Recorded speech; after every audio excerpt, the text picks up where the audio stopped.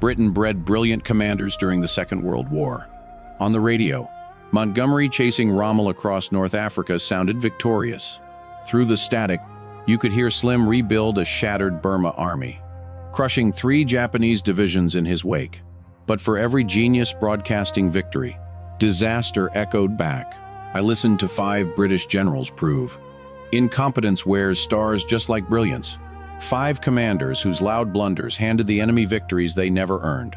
Their tragic failures cost thousands of lives, silencing the Empire's mighty military reputation. Let's tune in together and rank the 5 worst British generals of World War II. Number 5's nervous breakdown was broadcast mid-battle while winning. Number 1. Surrendered 85,000 troops to enemies lacking basic ammunition. These leaders didn't just lose fights, their barked orders handed enemies gifts that derailed the war. Taking number 5. Lieutenant General Alan Cunningham. His breaking nerve was deafening despite his winning. It started on November 18, 1941. The British 8th Army's Operation Crusader roared across the North African desert. The goal was saving Tobruk and crushing Rommel. Cunningham directed 118,000 men and 700 roaring tanks. Rommel operated 414 tanks, drastically outgunned on every single metric. For 3 days, British progress sounded solid. Then Rommel pulled an unexpected stunt. Rommel pivoted east, speeding toward Egypt to threaten our supply routes. The noise was just a brilliant, desperate battlefield bluff. Rommel gambled it all. Cunningham audibly collapsed. I heard his frantic dispatch to General Claude Auchinleck. He cried catastrophe, begging to pull the entire 8th Army into Egypt. He wanted to abort the entire offensive. He was handing Rommel a free German victory that hadn't even been earned. Auchinleck arrived, checked those exact same maps. But the noise of battle told him something totally different. A clear opportunity. He silenced Cunningham, ordering the push forward. Within weeks, Rommel was the one scrambling backward. Tobruk survived. Crusader won. Cunningham lost his command on November 26, 1941. Major General Neil Ritchie took his headset mid-battle. Alan Gordon Cunningham was born in Dublin, 1887. As a decorated First World War officer, his orders brought real success across East Africa back in 1941. He blitzed Italian troops out of Somaliland, Kenya, and Ethiopia at a genuinely remarkable speed. That fast victory doomed him. Auchinleck handed him the 8th Army. But East African echoes weren't North African thunder. The Italians simply weren't Rommel. Cunningham never faced Rommel's sheer caliber. He couldn't handle the deafening psychological pressure of desert warfare, where stretched supply lines and chaotic fronts shifted 100 miles a day. When Rommel cranked the volume, Cunningham's entire mental architecture fractured. Over the wire, his reported casualty numbers were just wildly inflated. Minor German moves sounded like total doom. His shocked staff watched him deteriorate in real time. Medics diagnosed him with battle exhaustion. Command declared him completely unfit to lead our men. You and I can hear the truth. A man pushed far past his breaking point, handed one of the war's loudest operational commands. He utterly collapsed at the climax, despite holding a totally winning hand. He spent the war running a Haifa staff college, far from gunfire. He died in 1983, at age 96. Operation Crusader's victory echoes today. His desperate attempts to throw it away are basically muted. Number 4 is Lieutenant General Frederick Boy Browning. He sent men to die for a bridge he knew was unreachable. One whispered sentence has haunted his military legacy for 80 long years. He actually muttered it himself to Field Marshal Montgomery during the final September 1944 briefing for Operation Market Garden. I think we may be going a bridge too far. Yet he approved it. Then he commanded it. 1,984 paratroopers died, and 6,854 surrendered. Then the European war dragged on for 8 deafening months, because Market Garden's promised Rhine crossing never actually materialized. Frederick Arthur Montague Browning was born in 1896. Let's listen closely. He was one of the British Army's most decorated officers, the true founding father of British airborne forces.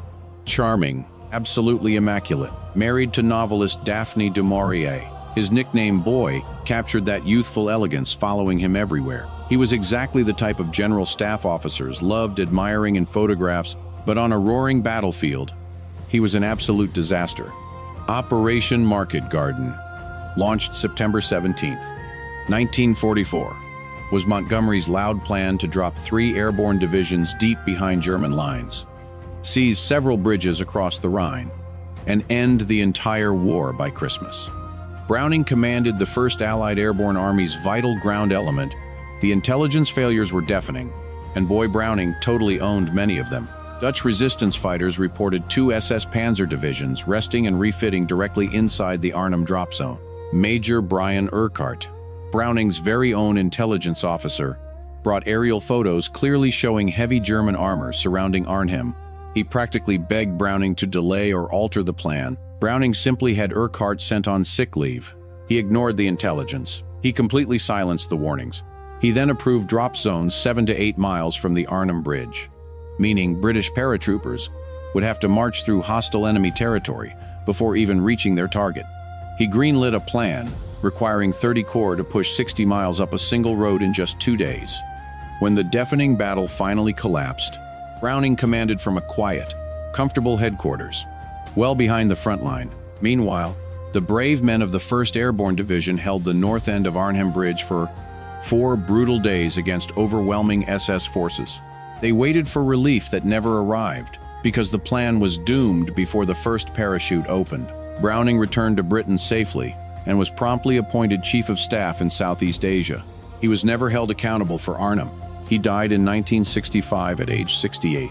The bridge at Arnhem still stands today. So does his reputation. We know it was protected for decades by the very soldiers his planning failed. When historians finally started asking hard questions, the loud answers were far from flattering. Number 3. Major General Christopher Maltby, the infamous general who lost Hong Kong entirely without a plan. When the Japanese army violently crossed into Hong Kong's new territories on the 8th of December, 1941, hours after Pearl Harbor, Major General Christopher Maltby commanded 14,000 soldiers defending one of the British Empire's most critical strategic ports. He had solid fortifications. He had heavy artillery. He had the Gin Drinkers Line, a massive series of defensive positions that military planners genuinely believed could hold for weeks. It held out for less than 18 hours. The Xingmun Redoubt, the absolute key position on the Gin Drinkers Line, fell on the noisy night of December 9th. A single Japanese company of 200 men, moving through terrain Maltby's planners declared impassable, completely overran a position that should have been held by a full battalion. The garrison was only at company strength. Clearly, nobody had told the Japanese it was impassable. Maltby had failed to properly scout his own defensive line. He hadn't even ensured his fortifications were adequately manned. He never prepared his commanders for the aggressive tactics the Japanese would use, the exact same tactics that simultaneously overwhelmed Malaya and the Philippines. He hadn't developed a single coherent plan for what to do when that first line inevitably broke. Christopher Michael Maltby was born in 1891, a lifelong career officer who had served in India and Mesopotamia. By 1941, he was garrison commander in Hong Kong, a spot widely understood to be completely indefensible if Japan entered the war. London had explicitly told him as much. London sent 2,000 Canadian reinforcements anyway, weeks before the deafening attack, because abandoning Hong Kong without a fight was considered worse than putting up a symbolic resistance. Maltby turned symbolic resistance into an absolute rout. After the Gin Drinkers Line violently collapsed, Maltby retreated to Hong Kong Island and continued a defense equal parts brave and completely incoherent. Units counterattacked without sufficient support. Communication between commands completely broke down. Japanese forces crossed from the mainland to the island on the 18th of December. Within just 2 days, they had split the island's frantic defenses in two. On the 25th of December, 1941, Christmas Day, Maltby finally advised the governor, Sir Mark Young, that further resistance was pointless. Over 14,000 troops went straight into captivity. 3.5 years of brutal imprisonment followed. Hundreds died. So what do we take away? Maltby remained a prisoner himself. He passed away in 1980, at 88. You and I can still hear the echoes. Hong Kong's fall was the fastest, most deafening collapse of a defense all war. Maltby answered for a garrison whose desperate radio calls begged for better preparation and real leadership. Subject 2. Lieutenant General Neil Ritchie, the commander who fell to Brooke on June 20th, 1941. 33,000 British and Commonwealth troops marched quietly into Tobruk prison camps. That desert stronghold survived Rommel's roaring artillery for 241 days. Under Ritchie, the guns fell silent in a single day. Churchill received the devastating transmission while sitting with Roosevelt in Washington. He called that message the absolute darkest wartime moment. Listening to Britain's mighty desert base fall, Americans whispered doubts about their allies' combat strength. Neil Methuen Ritchie was born in 1897. He earned medals in the First World War trenches, building a quiet, solid reputation doing staff work. By November 1941, Auchinleck handed him the 8th Army, a temporary fix after Cunningham mentally snapped, just a brief stopgap. Ritchie was only supposed to hold the radio mic until Auchinleck tracked down a permanent, battle-tested commander. Auchinleck never found one. Ritchie stayed put, and his tactical limits grew painfully loud. Ritchie commanded the Desert Theater like his sheer troop volume guaranteed a victory. They absolutely didn't. Rommel kept his lines tight, hammering armor into single, deafening points, crushing British squads individually. Meanwhile, Ritchie scattered his men across a massive, quiet front. That habit of throwing tanks into tiny, isolated penny packets across infantry lines, a disastrous British combat flaw, grew incredibly loud under Ritchie. May 1942. Gazala. Rommel struck with 333 German tanks against Ritchie's 849. Mathematically, Rommel loses. He didn't. Ritchie's armor brigades fought completely blind and alone, never bringing enough firepower to the climax. German anti-tank shells tore through British armor. We can almost hear platoon after platoon getting silenced. June 14th hit, and Ritchie's lines shattered. He broadcast a full retreat, naming Tobruk a fortress that must hold no matter the noise or cost. Then the static started. He broadcast completely mixed signals about holding Tobruk versus just using it temporarily. His own officers couldn't decode what he actually wanted. The Japanese assault on the fortress gates crashed like thunder at dawn on June 20th. By nightfall, General Hendrik Klopper heard nothing but static from Ritchie, left completely blind. He surrendered. Auchinleck pulled Ritchie's command on June 25th, 1942, stepping in to lead the 8th Army himself. He quickly silenced the chaos at El Alamein. The force he pulled from the brink was the same one. Montgomery later marched to triumph. Ritchie never called the shots in North Africa again. He later directed the 52nd Division and 12th Corps across Northwest Europe, performing without making much noise. You and I have to ask, did the desert just expose his terrible limits, or did Ritchie actually learn to listen and improve? Those 33,000 troops locked in Italian and German camps for years never got to voice their opinions. Ritchie passed away in 1983, aged 86. Tobruk in 1942 still echoes as the largest British military surrender in the Mediterranean theater. Neil Ritchie broadcast the orders that lost it all. Subject 1.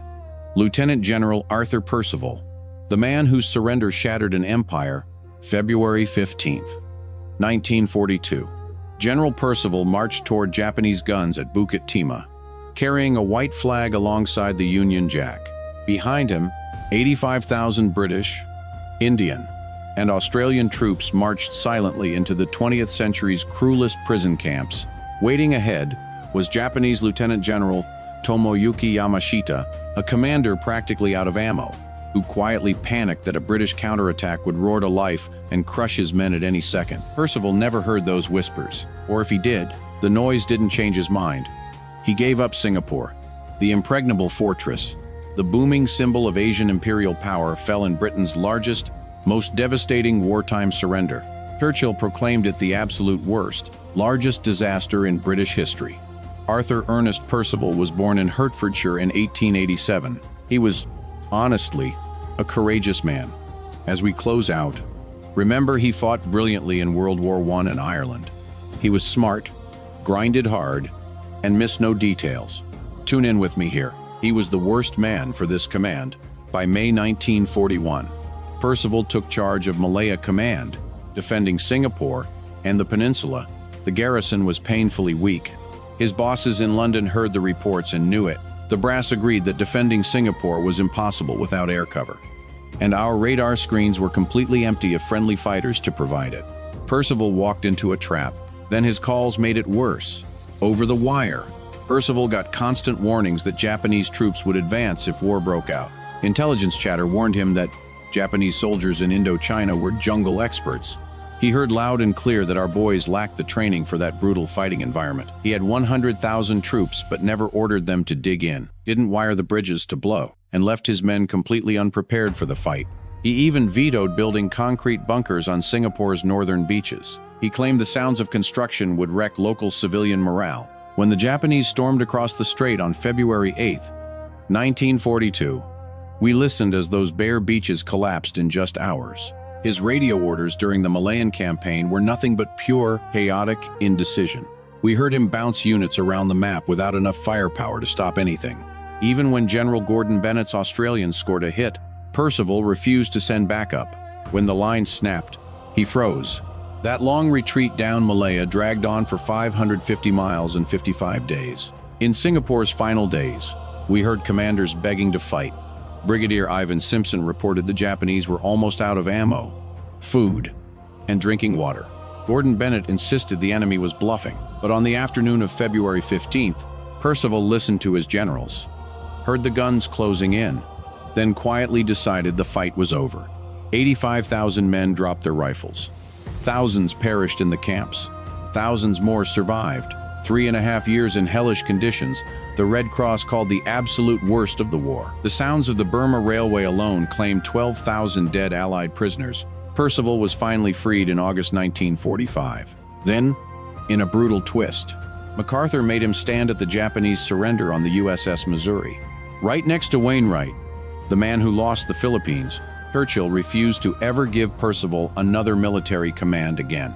He passed away in 1966 at 78. His memoirs insisted that Singapore's collapse was completely unstoppable given his weak supplies. You and I know military historians don't buy that excuse. The Japanese army that took Singapore had 36,000 guys running on fumes. Percival commanded more than double that force. The fortress he gave up wasn't bulletproof, but it didn't have to collapse so fast. Dying with a whimper to an invading army, it outnumbered 2-1.